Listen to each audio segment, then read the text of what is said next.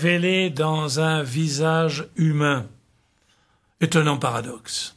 C'est vraiment un paradoxe sur lequel nous n'aurons jamais fini de l'épuiser. Il faudrait épuiser la divinité, comme saint Augustin qui cherchait à vider la mer avec un coquillage, et qu'un ange vient lui dire « ça sera infini, tu n'y arriveras jamais ». Donc c'est le moment où Dieu s'est le plus livré aux hommes qu'il a été le plus discret. À Noël, un enfant. À Noël et au milieu de la nuit. Alors nous, comment osons-nous parler de Dieu? Si Dieu se tait en cette nuit très sainte où il fait la démarche ultime de venir lui-même en personne à Noël, et pourtant, il faut parler, dit saint Augustin. Ne serait-ce que pour dire pour trouver davantage de respect pour dire le mystère de Dieu. Ne serait-ce que nos paroles sont nécessaires pour être contagieux de la joie qui nous habite avec la foi.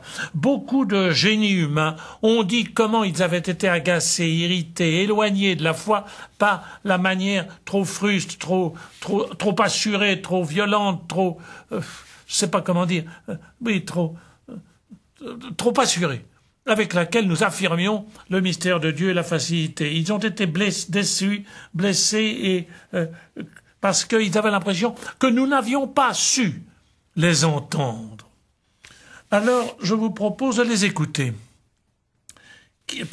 pour qu'ils nous obligent à être plus délicats, plus fins, plus nuancés, quand nous parlons, plus respectueux, quand nous parlons de Dieu. Et le titre est très simple, je l'utilise, « Les petits écrans qui cachent l'échafaud ». Je le prends à un des grands auteurs français qui a été prix Nobel.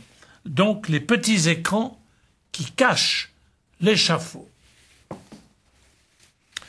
Voici ce à quoi Albert Camus, prix Nobel, comparait nos catéchismes, nos idées, nos paroles sur Dieu. Il les comparait à des écrans qui nous divertissent et nous font oublier l'essentiel. Et voici ce qu'il écrit. Dans les musées italiens, on trouve quelquefois de petits écrans peints que le prêtre tenait devant le visage des condamnés pour leur cacher l'échafaud. Ça a un côté terrible, affreux.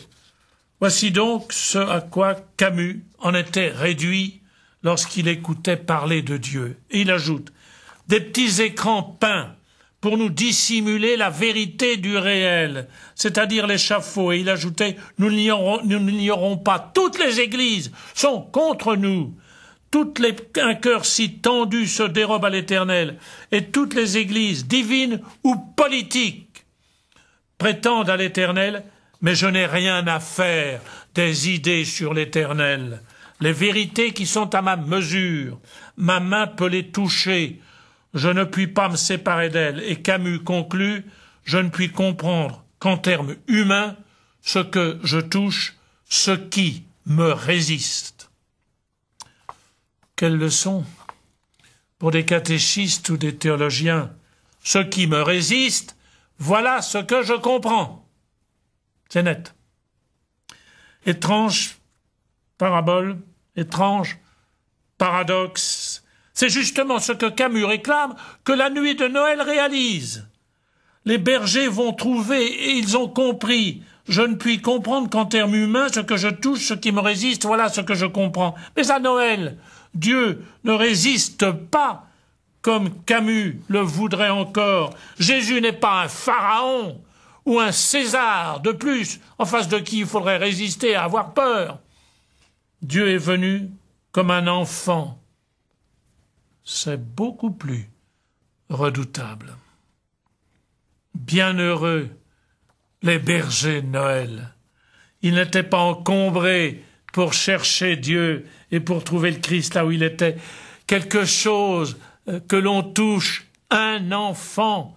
Et c'était cela même que réclamait Camus. Quelque chose qui résiste dans la nuit, le silence, la pénombre, la pauvreté, le dénuement.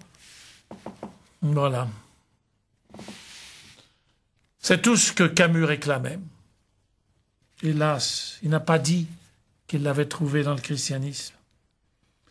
les deux signes qui ne trompent pas quand on veut approcher du Dieu chrétien, on peut le toucher sans le diminuer.